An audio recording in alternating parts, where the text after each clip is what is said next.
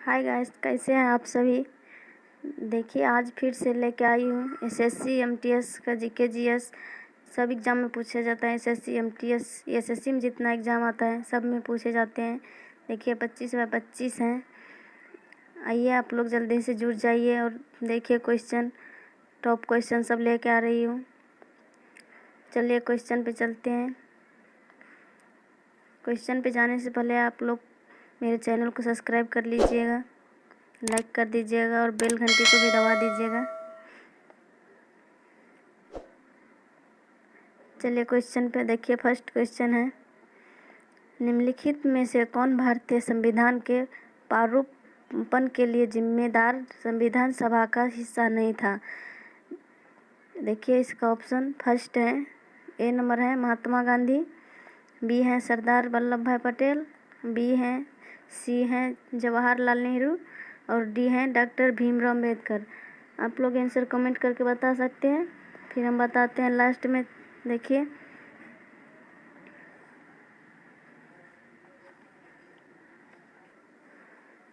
इसका answer A होगा, महात्मा गांधी। संविधान सभा का जो गठन किया गया था उसके निर्माण में अनेकों समितियों को गठित किया गया था। इसमें से सब सरदार वल्लभ भाई पटेल भी था, जवाहरलाल नेहरू भी था, डॉक्टर भीमराव अम्बेडकर भी था और महात्मा गांधी नहीं था। और इस संविधान को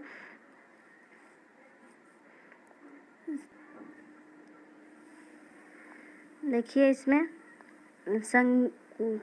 संघीय संविधान समिति के जो अध्यक्ष था वो जवाहरलाल नेहरू था। संघीय संविधान समिति का अध्यक्ष जवाहरलाल नेहरू बने थे और मौलिक अधिकार और अल्पसंख्यकों पर गठित समिति का अध्यक्ष वल्लभ भाई पटेल था, सरदार वल्लभ भाई पटेल।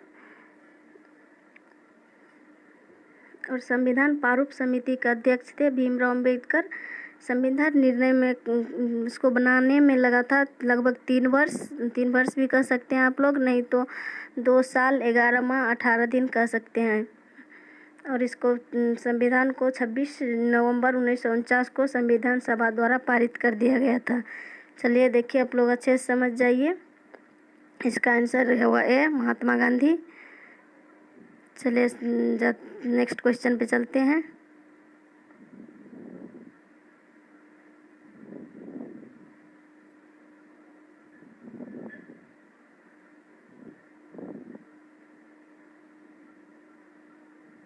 देखिए 2 नंबर का क्वेश्चन, सोमनाथ मंदिर किस राज्य के तट पर स्थित है। सोमनाथ मंदिर जो है वह किस राज्य के तट पर स्थित है, आप लोग बता सकते हैं कमेंट करके। देखिए ए ऑप्शन है महाराष्ट्र, बी है गोवा, सी है तमिलनाडु, डी है गुजरात। देखिए आप लोग आंसर बताइए, फिर हम बताते हैं।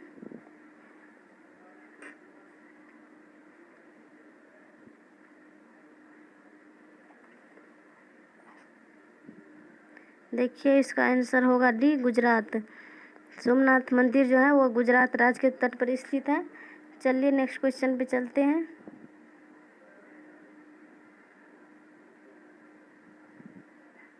देखिए 3 नंबर का क्वेश्चन,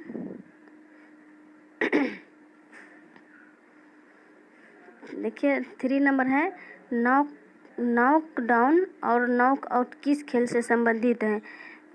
आप लोग आंसर कमेंट करके बता सकते हैं। देखिए ए ऑप्शन है हॉकी, बी है बॉक्सिंग, सी है क्रिकेट और डी है बैडमिंटन। देखिए इस नॉकडाउन और नॉकआउट जो है वह बॉक्सिंग से में एक शब्द है, बॉक्सिंग में आता है वह शब्द, बॉक्सिंग में प्रयोग किया जाता है ये शब्द नॉकडाउन और नॉकआउट। बॉक्सिंग जो मुक्केबाजी होता है उसी को बॉक्सिंग कहते हैं। देखिए इसका आंसर होगा बी, बॉक्सिंग। चलिए नेक्स्ट क्वेश्चन पे।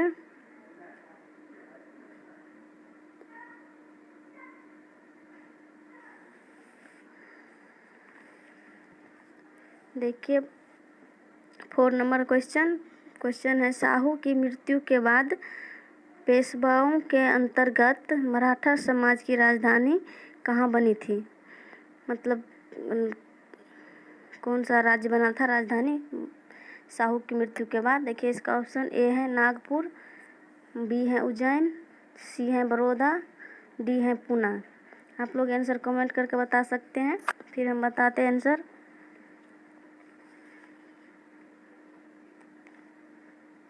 देखिए इसका आंसर होगा डी पूना।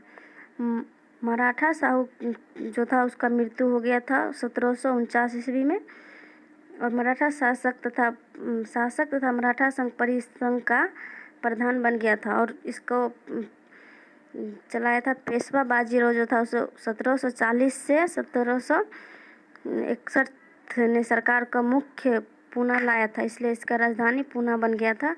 देखिए आंसर इसका डी होगा। चलिए नेक्स्ट क्वेश्चन पे।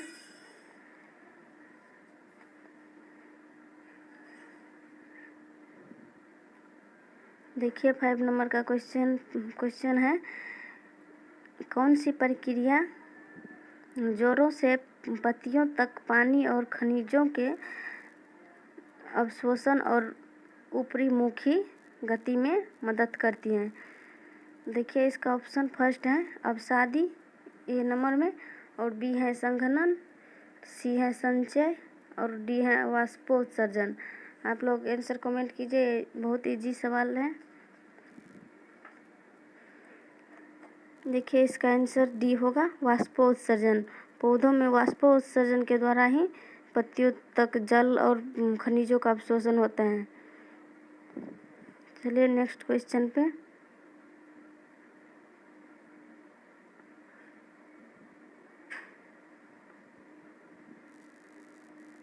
देखिए 6 नंबर क्वेश्चन है, जालियांवाला बाग नरसंहार के लिए कौन सा ब्रिटिश अधिकारी जिम्मेदार था? जलियांवाला बाग हत्याकांड जो हुआ था उसमें कौन सा ब्रिटिश जिम्मेदार था अधिकारी? देखिए इसका फर्स्ट ऑप्शन ए है जनरल डायर, और जनरल इरविन है बी, और सी है जनरल क्लाइव, और डी है जनरल सॉन्डर्स। आप लोग आंसर कमेंट करके बता सकते हैं, फिर हम बताते हैं।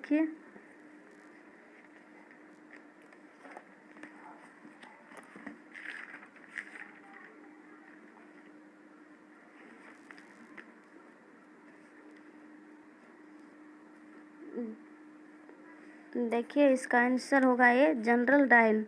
जनरल डायर जो था उसी ने जलियांवाला बाग हत्याकांड जो था उसका अधिकारी जिम्मेवार था। चलिए नेक्स्ट क्वेश्चन पे चलते हैं।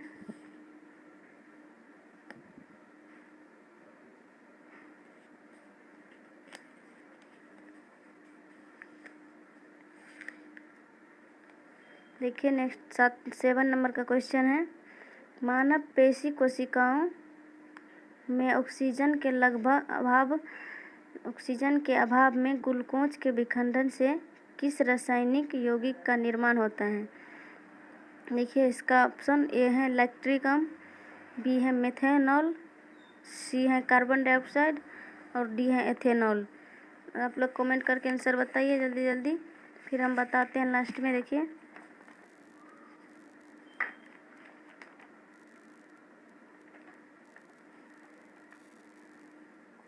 देखिए इसका आंसर ए होगा लैक्टिक अम्ल।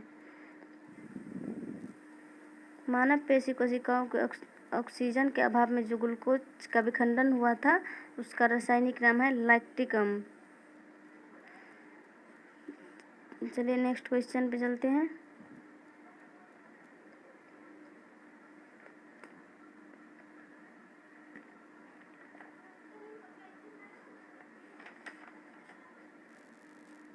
देखिए 8 नंबर का क्वेश्चन, 8 नंबर, कांग्रेस के किस अधिवेशन में असहयोग आंदोलन को अपनाया गया था? देखिए इसका ऑप्शन ए है बॉम्बे अधिवेशन 1921, और बी है नागपुर अधिवेशन 1920, और सी है मद्रास अधिवेशन 1927, और डी है लाहौर अधिवेशन 1916। आप लोग आंसर कमेंट करके बता सकते हैं।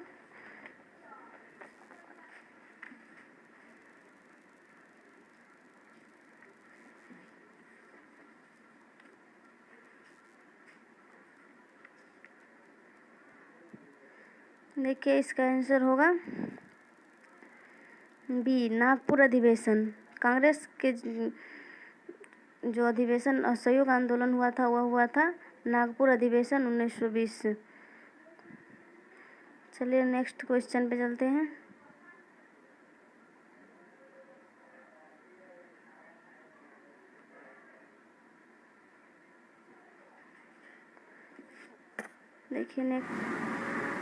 देखिए 9 नंबर का क्वेश्चन है, निम्नलिखित में से कौन सी पुस्तक ज्योतिबा फुले द्वारा लिखी गई थी। ज्योतिबा फुले जो था वो एक पुस्तक लिखा था, देखिए वो कौन सा पुस्तक था। फर्स्ट ऑप्शन देखिए ए नंबर है गुलामगिरी, बी है डिस्कवरी ऑफ इंडिया, सी है विंग्स ऑफ फायर, डी है माई एक्सपेरिमेंट विथ टू। देखिए आप लोग आंसर कमेंट करके बताइए, हम फिर बताते हैं।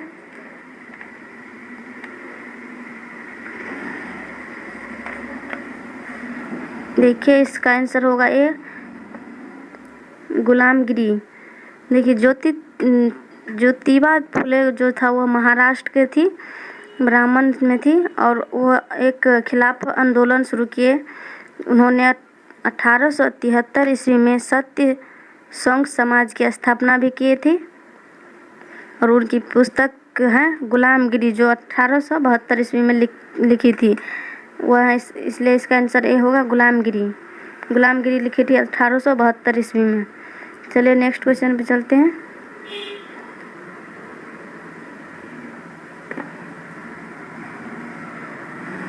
देखिए गुलामगिरी लिखी थी 1800। चलिए नेक्स्ट क्वेश्चन पे।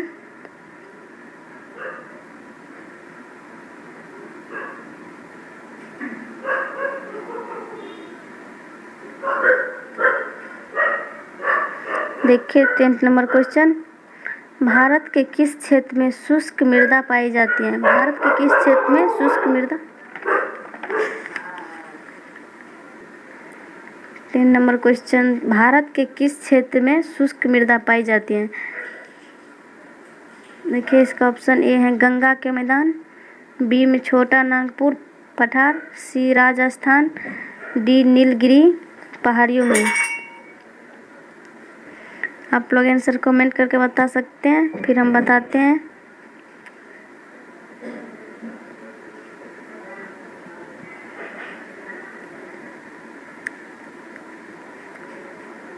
देखिए इसका आंसर होगा सी राजस्थान।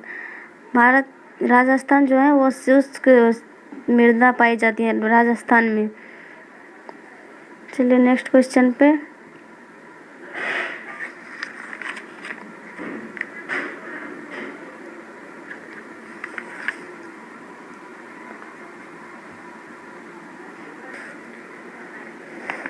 देखिए 11 नंबर क्वेश्चन, हुंडरू जलप्रपात किस नदी पर स्थित है। हुंडरू जलप्रपात जो है वो किस नदी पर स्थित है।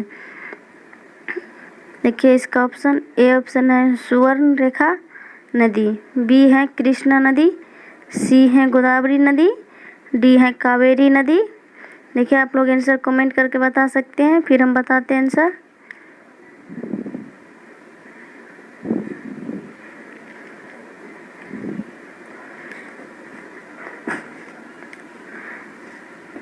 देखिए इसका आंसर ए होगा स्वर्ण रेखा नदी। हुंडरू जलप्रपात जो है वो स्वर्ण रेखा नदी पे स्थित है।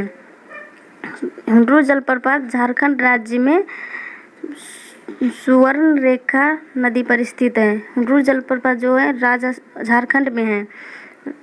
चलिए नेक्स्ट क्वेश्चन पे चलते हैं।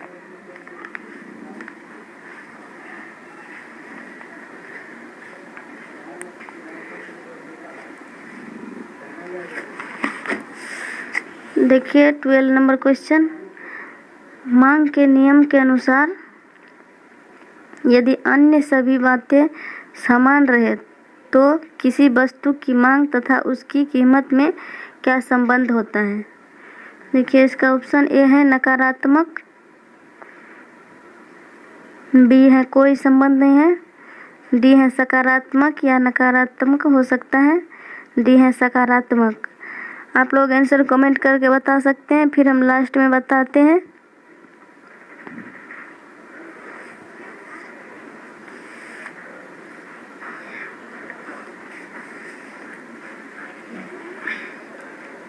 देखिए इसका आंसर होगा ए नकारात्मक। देखिए नकारात्मक होता है इससे इस तरह की मांग के नियम के अनुसार यदि अन्य बातें समान हो जाता है तो उसका मान वस्तु की कीमत बढ़ने लगती है, और जब असमान होती हैं तो उसकी मांग घटने लगती है। इसके विपरीत वस्तुओं की कीमत घट जाती है, इसलिए इसका नकारात्मक होगा आंसर ए। चलिए नेक्स्ट क्वेश्चन पे चलते हैं।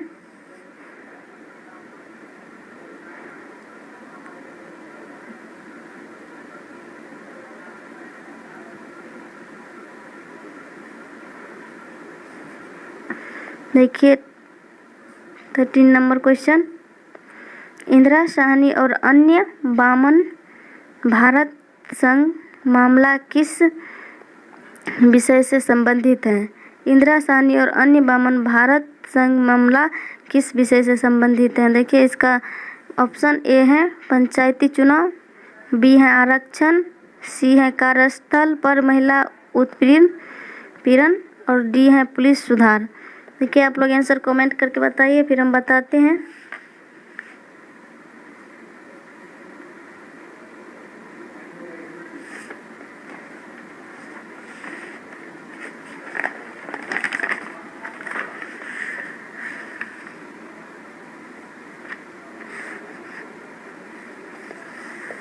देखिए इसका आंसर होगा आरक्षण, बी आंसर होगा। चलिए नेक्स्ट क्वेश्चन पे चलते हैं।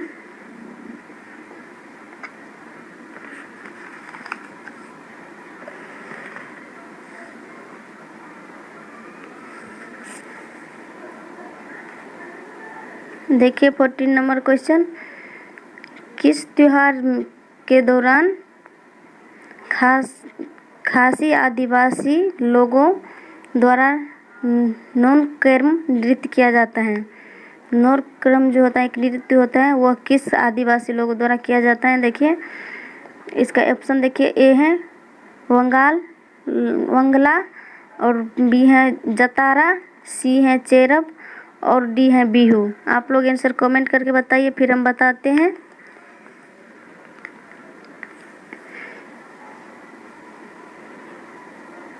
देखिए इसका आंसर ए होगा वंगला के द्वारा आदिवासी जो है उसके द्वारा नौनक्रम नृत्य किया जाता था। चलिए नेक्स्ट क्वेश्चन पे चलते हैं।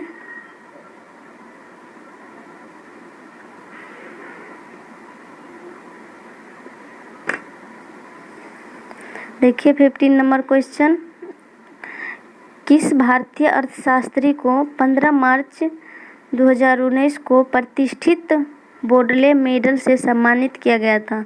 ऐसा कौन भारतीय था जो उसको अर्थशास्त्र के प्रतिष्ठित बोडले मेडल से सम्मानित किया था? देखिए इसका ऑप्शन ए है रघुराम राजन, बी है अमर्त्य सेन, सी है मनमोहन सिंह, डी है उजित पटेल। आप लोग आंसर कमेंट करके बताइए, हम फिर बताते हैं।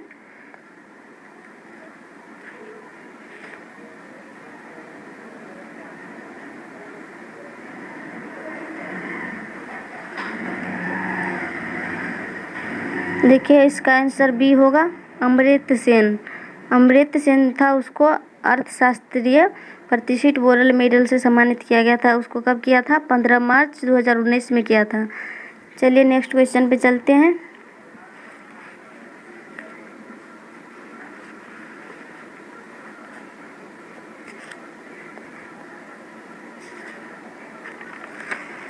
देखिए 16 नंबर क्वेश्चन है, ISFF बल्लू कोर्स ऑनर पाने वाले पहले भारतीय कौन थे? ISSF जो बल्लू कोर्स था वो कौन पहले भारतीय कौन था पाने वाला? देखिए इसका आंसर ए है इसका ऑप्शन है ए में है सानिया मिर्जा, बी है अभिनव बिंद्रा, सी है सचिन तेंदुलकर, डी है राहुल द्रविड़। आप लोग आंसर कमेंट करके बताइए, फिर हम बताते हैं लास्ट में।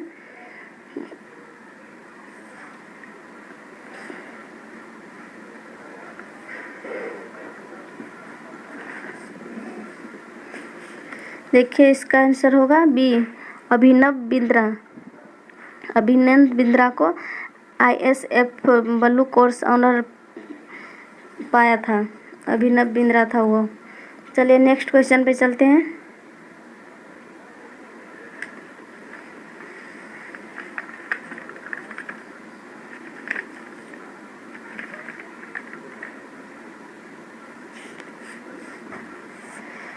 देखिए 17 नंबर क्वेश्चन रिक्त स्थान वाला है। देखिए यहाँ से खाली है, फिर वहाँ की स्वीकृति प्राप्त होने के बाद ही संसद द्वारा पारित कोई अधिनियम कानून बना सकता है। किसके द्वारा स्वीकृति पाने के बाद संसद द्वारा पारित कोई अधिनियम बना सकते हैं? देखिए इसका ऑप्शन ए है कानून मंत्री, बी है राष्ट्रपति, सी है उच्चतम न्यायालय और डी है प्रधानमंत्री। आप लोग आंसर कमेंट करके बताइए, फिर हम बताते हैं।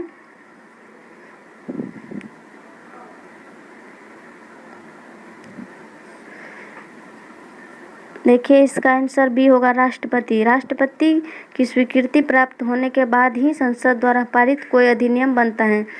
राष्ट्रपति से ही सब बनता है संसद में। चलिए नेक्स्ट क्वेश्चन पे।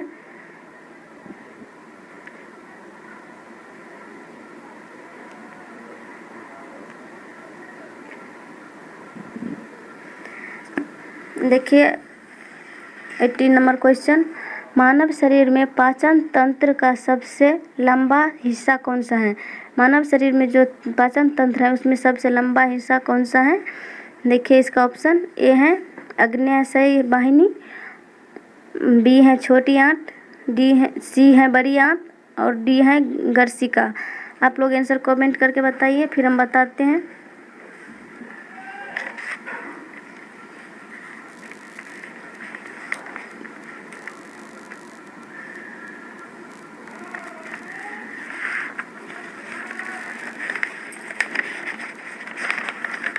देखिए इसका आंसर बी होगा छोटी आंत।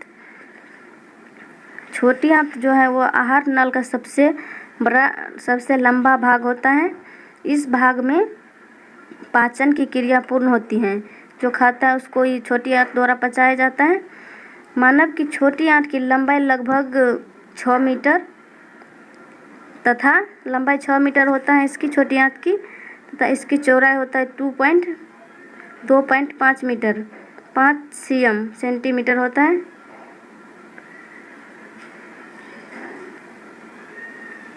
चलिए नेक्स्ट क्वेश्चन पे चलते हैं।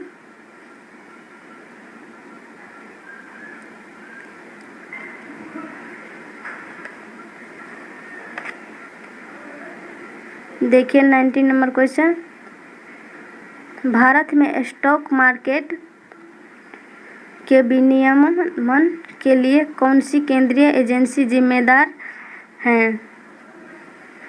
भारत में जो स्टॉक मार्केट है उसके केंद्रीय एजेंसी के जिम्मेदार कौन है? देखिए इसका ऑप्शन ए है RERA, बी है नबार्ड, सी है IRDA, डी है सेबी। चलिए आप लोग आंसर कमेंट करके बताइए, फिर हम बताते हैं।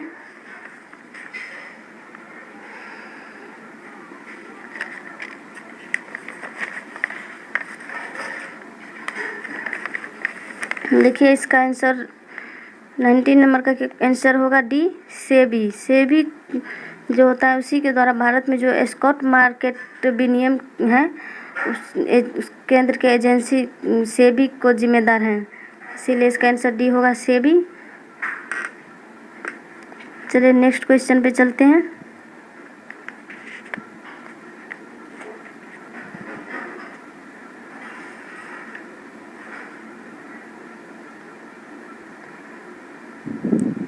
देखिए 20 नंबर का क्वेश्चन, हाइड्रोजन बम किस नाभिकीय अभिक्रिया पर आधारित है? देखिए इसका ऑप्शन ए है ताप नाभिकीय संलयन, बी है भारी जल अभिक्रिया, सी है ताप नाभिकीय विखंडन, डी है धूर्त प्रजनन अभिक्रिया। आप लोग आंसर कमेंट करके बताइए, फिर हम बताते हैं।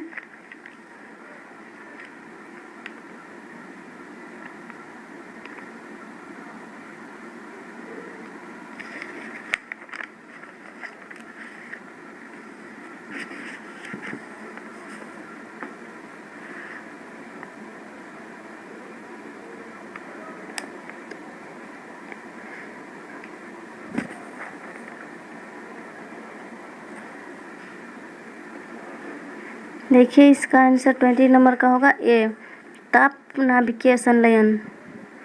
ताप नाभिकीय संलयन अभिक्रिया पर आधारित होता है जो हाइड्रोजन बम होता है। चलिए नेक्स्ट क्वेश्चन पे चलते हैं।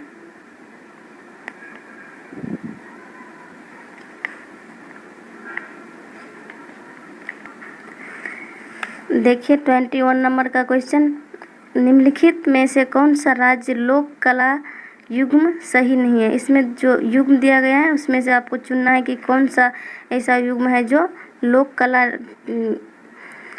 युग्म से सही नहीं है, लोक कला नहीं है उसमें। चलिए ऑप्शन देखिए, ए ऑप्शन है मधुबनी चित्रकारी बिहार। मधुबनी चित्रकारी जो है वो बिहार में है। बी नंबर का ऑप्शन देखिए तंजौर कला। तंजौर कला राजस्थान में है। और पट्टचित्र सी नंबर ऑप्शन देखिए पट्टचित्र ओडिशा। और डी नंबर देखिए काजमेथुन तमिलनाडु। इसमें से आप लोग आंसर कमेंट करके बताइए कि कौन सही नहीं है, फिर हम बताते हैं आंसर लास्ट में। देखिए इसका सब ए नंबर है मधुबनी चित्रकारी बिहार, जिसे मिथिला पेंटिंग नाम से जाना जाता है, ये तो सही है।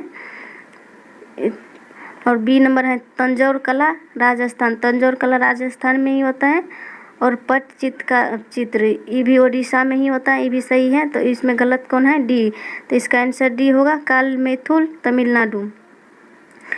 कालमेथुन जो है मेजुथुन है जो है वो केरला का एक अनुष्ठानिक कला है। यह कालमेजुथुन जो है केरला का है, तमिलनाडु का नहीं है, इसलिए ये आंसर गलत हो गया।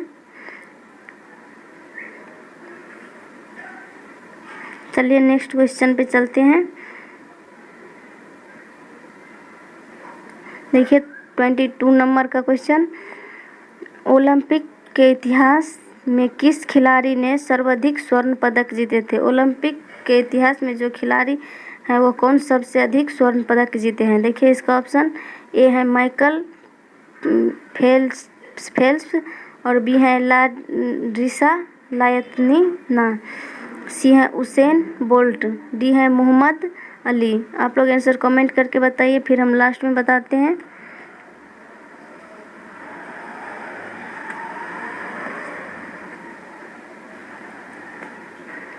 देखिए इसका आंसर होगा ए माइकल फेल्प्स। माइकल फेल्प्स जो है वो कुल 28 ओलंपिक पद जीते हैं। कुल 28 ओलंपिक पद जीते हैं और 23 स्वर्ण पदक जीते हैं, तो इसलिए इसका आंसर होगा माइकल फेल्प्स। चलिए नेक्स्ट क्वेश्चन पे चलते हैं।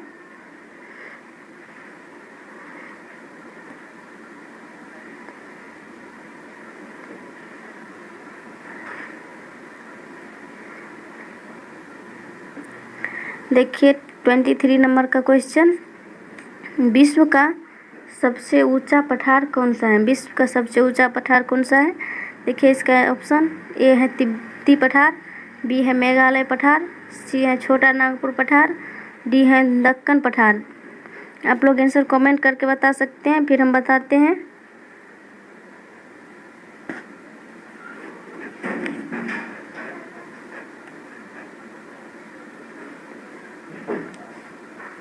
देखिए इसका आंसर ए होगा तिब्बती पठार। तिब्बती पठार जो है इसका ऊंचा है 5000 मीटर ऊंचा है। तिब्बती पठार जो है वो 5000 मीटर ऊंचा है। इसे संसार का छत भी कहा जाता है। इसे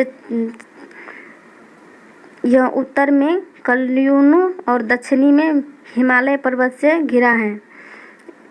तिब्बत पठार सबसे ऊंचा पठार है। चलिए इसका आंसर ए होगा तिब्बती पठार। चलिए नेक्स्ट क्वेश्चन पे चलते हैं।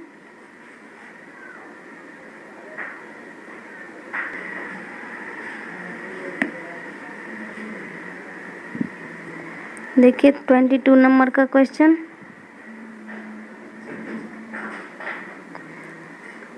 नाभिकीय संलयन अभिक्रिया निम्नलिखित में से किस समीकरण पर आधारित है।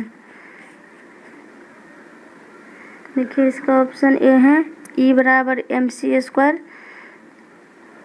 बी है ई बराबर एम स्क्वायर सी, और सी है सी स्क्वायर बराबर ई एम, और डी है ई स्क्वायर बराबर एम सी। चलिए आप लोग आंसर कमेंट करके बताइए, फिर हम बताते हैं।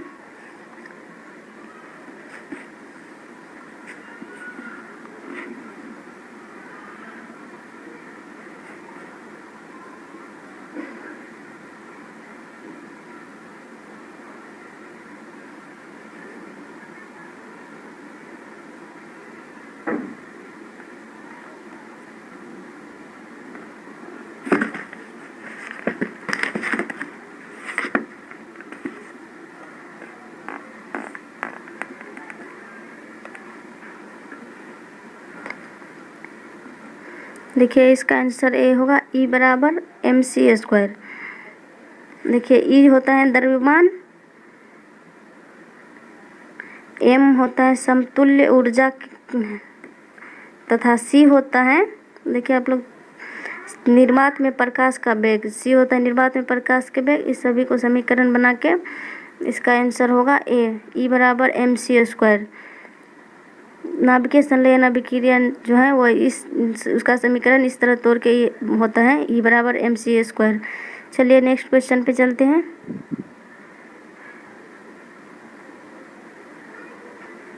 देखिए 25 नंबर का क्वेश्चन, निम्नलिखित में से कौन सा विकल्प भारत सरकार द्वारा जारी किए जाने वाले राजकोषीय बिल का एक प्रकार नहीं है। आप लोग क्वेश्चन समझिए। देखिए क्वेश्चन क्या है, निम्नलिखित में से कौन सा विकल्प भारत सरकार द्वारा जारी किए जाने वाले राजकोषीय बिल का प्रकार नहीं है। जो बिल राजकोषीय द्वारा पारित किया जाता है वो इसमें से कौन नहीं है। देखिए इसका ऑप्शन ए है 728 दिन, और बी है 91 दिन, सी है 182 दिन, डी है 364 दिन। देखिए आप लोग आंसर कमेंट करके बताइए, हम भी फिर लास्ट में बताते हैं।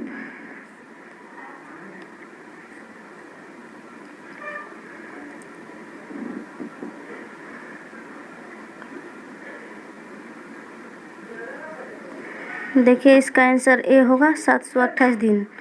देखिए 728 दिन जो है वो राजकोषीय बिल के प्रकार नहीं है। देखिए इसका प्रकार कौन सा होता है, सरकार के अल्पकालीन ऋण की ज़रूरतों द्वारा जो पूरा किया जाता है, पूरा करने के लिए आरबीआई द्वारा राजकोषीयों को बिल